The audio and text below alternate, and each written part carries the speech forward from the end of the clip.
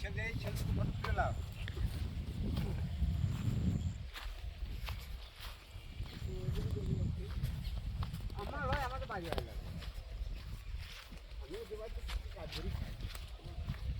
কিছু নাই বাবা।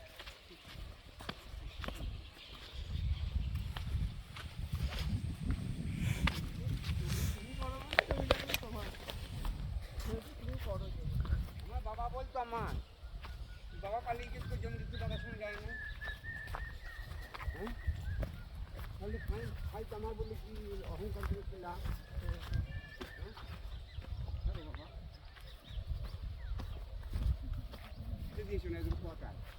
যে ভুঙে মন থাকতো না ওই দেখো ফুল।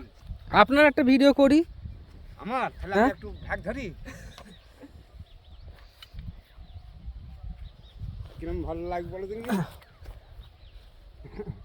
আপনি যেরকমই থাকুন না কেন, উনি স্বাভাবিকভাবে থাকলে। আপনার নামটা বলুন। আমার নাম হচ্ছে অরুণ মণ্ডল। আচ্ছা, আপনি এখানে এই চাষের কাজ করেন? এই চাষবাস দেখাশোনা করি, চাষের কাজ করি, এসব করি। আচ্ছা, কতদিন ধরে করছেন? তা মোটামুটি 35 বছর। আচ্ছা, তার আগে?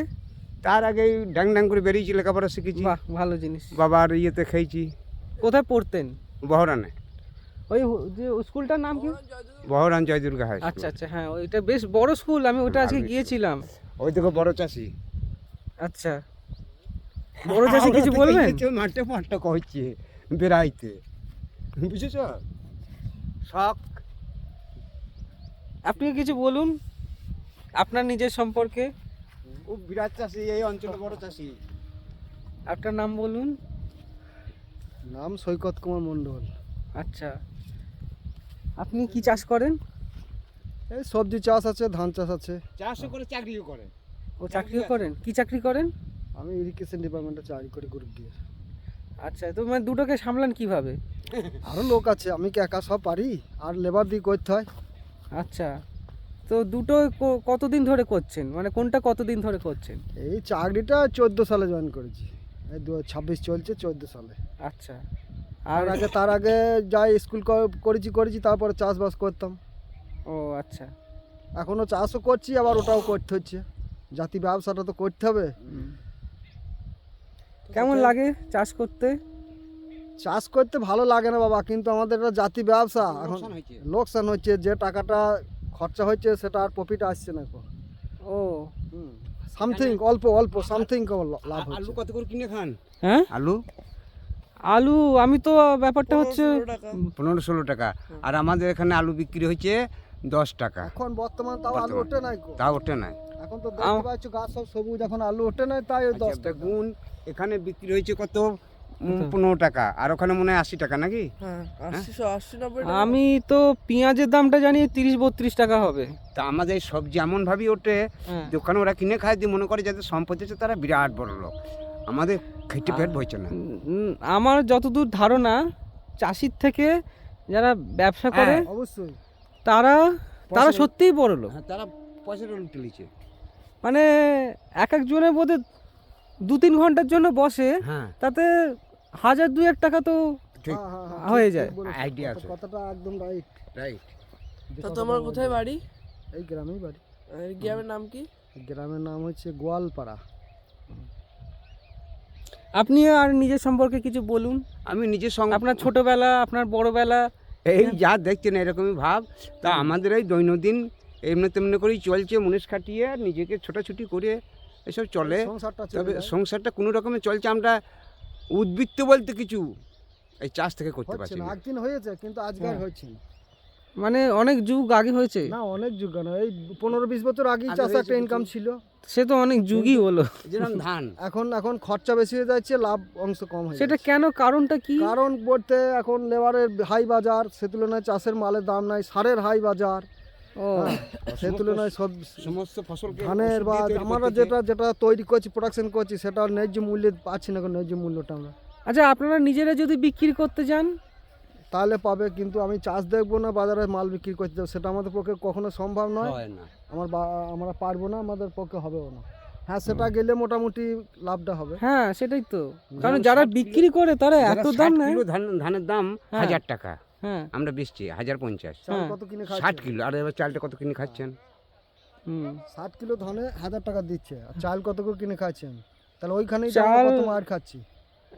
45, প্রতি কেজি 45-50। আরো বেশি। হ্যাঁ। মানে কোন চাল বলুন, চালের নাম বলুন। 50 ধরো, 50 মিনি ধরো। মিনিকিট, মিনিকিট হ্যাঁ। 55, মিনিকিট বেশ আমি মিনিকেট স্বাভাবিক আমরা একটা 1300 টাকা 50। বস্তা দিচ্ছি, 1200-1300, বস্তায় কত কেজি থাকে? 60 কিলো। আমাদের ওখানে মিনিকিট ওই 50, 55, 60 এরকম ধরে নিন তাহলে মিনিকিটে। তাহলে আমরা পয়সা পেয়েছি? লক্ষণ সেল চালও এইরকম। পয়সা আমরা পাই না। হ্যাঁ, এরকম অবস্থা। আপনারা নিজেরা বিক্রি করলে তাহলেই একটা হতে পারত। খাটবো না, এদিকে সেটাই দেখতে তো পাবো হচ্ছে না কথা। নিজের বাজার। আর বাজারে একদিন গেলে আমরা বাজারে কিছু বুঝতে পারবো না, হুম বুঝতে পারছেন? এই অবস্থা, মানে চাষিকে সরকার ঠিকমতো দেখছে না। হুম তারপর আমাদের এইসব জমি ধরুন বাবার আমল থেকে তাদের নামে ছিল তো, এবার আমরা যদি রেকর্ড করতে যেছি, হ্যাঁ। 1 বিঘাতে রেকর্ড করতে গেলে বলছি যে 20,000 টাকা লাগবে। ও এই টাকা কোথা থেকে তাহলে আসবে? তাহলে এটা তো সরকারের উচিত আমাদের দাদুর সম্পত্তি আমাদের নামে রেকর্ড করে দেখ। হ্যাঁ একদিন হয়ে গেছে, কিছু পয়সা লাগে নাই, মাঠ মাঠে ফাঁকা করে মাঠে দিয়েছে। ভিজিট করেছে, হ্যাঁ মাঠে ভিজিট করে কার কোনটা জমি সেই নাম সংশোধন করে রেকর্ড করে দিয়েছে। কিন্তু আজ অফিসে হ্যাঁ যাচ্ছি সব 20-30 হাজার টাকা যে যেমন নিতে পারছে লুটে যে পুটে, যেমন ওর নিতে কোনো পারছে। মানে একটা রেট বলে কিছু নাই, যে যতটা নিতে পারছে। পয়সাটা বাঁ হাতে চলে যাচ্ছে, ও সরকারের খাতায় যাচ্ছে। বাজার বলতে কিছু নাই। আচ্ছা তাহলে আমরা এই জমি আগুলো বুকি করে, তাহলে আমরা যে রেকর্ড না থাকলে আমরা সরকার থেকে পয়সা পেছি না।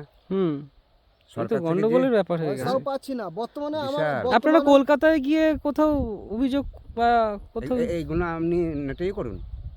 ভিডিওতে তো উঠছে, কিন্তু ব্যাপারটা হচ্ছে এটা ওই সরকারি দপ্তরে কলকাতার কোথাও। সব জানে, ওরা সব জানে। কিন্তু মমতা বুঝতে পারছেন না কি করছে। বুঝছেন, হ্যাঁ? প্রত্যেকের তো একটা ইউনিয়ন আছে। হ্যাঁ আমাদের এই কাস্টে যে কোনো ইউনিয়ন বলে কিছু নাই। এটাও একটা ব্যাপার। আমি চাকরি আছে, বুদ্ধিমান ছেলে চাকরি আছে, হুম বলছে চপ ভাজোগা। হ্যাঁ, এটা আমি বলতে পারবো না। কেন? সত্যি কথা বলতে ভয় কিসের? ভালো ভালো গ্র্যাজুয়েট ছেলে দিয়ে বলছি যে মাধ্যমিক পাস থেকে 40 বছর পর্যন্ত হ্যাঁ ওই 1,500 টাকা দেবো, আর মেয়েগুনাকে 1,500 দেবো। তার মানে বউগুনাকে 1,500 দেয়, মানে স্বামীর ভাত না খাওয়ার জোগাড়।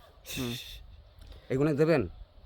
1,500 পরিষ্কার টাকায় তো কারোর সংসার চলতে পারে না, মাসে তাহলে কারোরই চলতে ওই পারে সে না। পুকুরে চার ফেলে মাছটাকে তুলে নেওয়া, হুম। মানে ভোটটা আমাকে দাও। একটা কল কারখানা নাই, চাকরি নাই, স্কুল বন্ধ, আর অনেক স্কুল উঠে গেছে। স্কুল উঠে গিয়েছে। আর যে জিনিসটা আমাদের প্রকৃতির খেলা থেকে তৈরি হয়, সেই জিনিসটা আমরা কিনতে যাচ্ছি, যেরকম বালি আর পাথর, হুম। এটা প্রকৃতি থেকে তৈরি হয়, মেশিন কারখানাতে তৈরি হয় না। হুম। সেই পয়সাটা ওরা লুটে নিচ্ছে। এতটা গভীরে আমি জানি না, তবে হ্যাঁ অনেক গন্ডগোলের কথা শুনেছি আমি। এগুলো লুটে নিচ্ছে। বালি, নদীর বালি, সে তো আমাদের মাটি ধুয়ে গিয়ে হচ্ছে, হ্যাঁ তার অত দাম কেন? হ্যাঁ, সে পয়সাটা দিয়েছে কথা। আপনি কি পরিস্থিতি করেন? এরকম।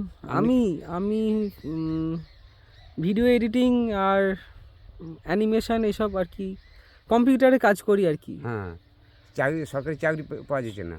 সরকারি চাকরি কোনোদিনও চেষ্টা করিনি আমি। চাকরি করতাম এই মার্চ মাস পর্যন্ত, ওটা গেছে। আচ্ছা, তো ওটাতেও ওই তখনও ওই ভিডিও এডিটিং এসবেরই কাজ করতাম, এখনও ওটাই করি। এতে ইনকাম বেশি আছে? না বেশি বলতে পারবো না, তাও অনিশ্চিত তো হয়, কম সময়ের মধ্যে একটু আধটু হয় এই আর কি। হুম। আপনার ছোটোবেলার কি সম্পর্কে কিছু বলুন, ভালো স্মৃতির কথা বলুন, খারাপ তো অনেক শুনলাম। আমাদের এই রাজ্যে ভালো স্মৃতি বলতে কিছু নাই এখন। এখনের কথা বলছি না, ছোটবেলার কথা বলুন। হ্যাঁ, ভালো ছোটবেলায় কিছু বলুন, এবার ভালো দিয়ে শেষ করি ভিডিওটা। হ্যাঁ, ভালো ছিল। স্কুল শিক্ষাক্ষেত্র খুব ভালো ছিল আগে। এখন একটা ছিল, বুঝলেন, এখন শিক্ষাক্ষেত্র তখন তো একদম হুম। নিম্নে চলে গিয়েছে, যাকে বলে নর্দমায় পড়ে গিয়েছে। হুম। কিন্তু আগে স্কুলে মাস্টার মেরেছে, মারার ভয়ে আমরা ক্লাস ফাঁকিয়েছি। হুম। আর এখন সেটা মারা তো দূরের ছাড়, গায়ে কারো হাত তোলার গায়ে হাত তোলার শিক্ষককে কোনো রকমই একটু সম্মান দিচ্ছে না, দিয়ে শিক্ষাটা জলাঞ্জলি করে দিয়েছে। গরিবের ছেলেরা ওই ভালো ভালো ভিআইপি স্কুলে পড়াতে পারবে। এইটা মারধর না করাটা হচ্ছে বিদেশি নিয়ম, কিন্তু বিদেশে আরও অনেক রকম নিয়ম আছে যার জন্য পড়াশোনার মান কিন্তু সেখানে কমেনি। হ্যাঁ, সেইগুলোও যদি প্রয়োগ হয় তা সেটা তাহলে প্রয়োগ হচ্ছে পড়াশোনার না। মানটা কমবে না। মারধর করাটা যে আবশ্যক তা আমি হয়তো বলবো না, কারণ বিদেশে মারধর করে না, আরে মারধরটা কিন্তু কিরকম? ওখানে সময়ের অভাব মারধরটা খুব কি বড়। রকম ধরনের?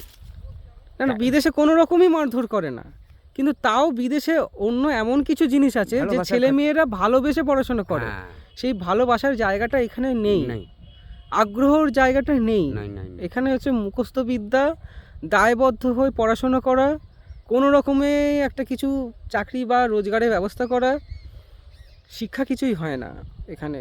মানে অনেক বড় বড় স্কুলে পড়ে ছেলে মেয়েদের দেখেছি, হুম। শিক্ষাটা। আমার ভাইজি MA ফার্স্ট ক্লাস ফার্স্ট আচ্ছা, চাকরি পেয়েছে না। আমার ভাইপোর দুর্গাপুর জজ যোজনা স্কুলে পড়াশোনা করেছে, হুম। বিটেক পাস করেছে, কলেজ কোম্পানি ম্যানেজমেন্ট ট্রেনিং করলো, হুম। দিয়ে আমরা হচ্ছে জেনারেল কাস্ট, চাকরি পেয়েছে না। বুঝতে পারছেন? হ্যাঁ, কিন্তু সে এত বুদ্ধিমান ছেলে, সে কী করবে, কাঁদছে বাড়িতে বসে বসে। সে আমরা না দেখুন, সরকারি চাকরি না হলেও, আমি তো সরকারি চাকরির কথা কখনো ভাবিনি। এখন অনলাইনে অনেক কিছু করা যায়, চেষ্টা করতে পারে অনেক কিছু। হ্যাঁ, সেগুলো হয়তো করছে কি না করছে। আমি যেমন ওই অনলাইনেই চেষ্টা করি, এখন তো বাড়ি থেকেই যা করার করি।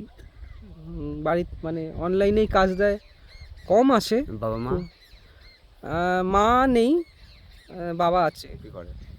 বাবা গান শেখাতো। বাহ, শিল্পী, ভালো শিল্পী।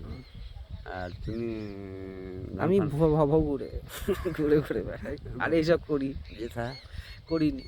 কেন? কেন, ইচ্ছা হয়নি এখনো পর্যন্ত। আচ্ছা আচ্ছা, ঠিক আছে, আমার বিষয়গুলো থাক ভিডিওর মধ্যে, হ্যাঁ, আমি এটা এখানে শেষ করছি। বেশ।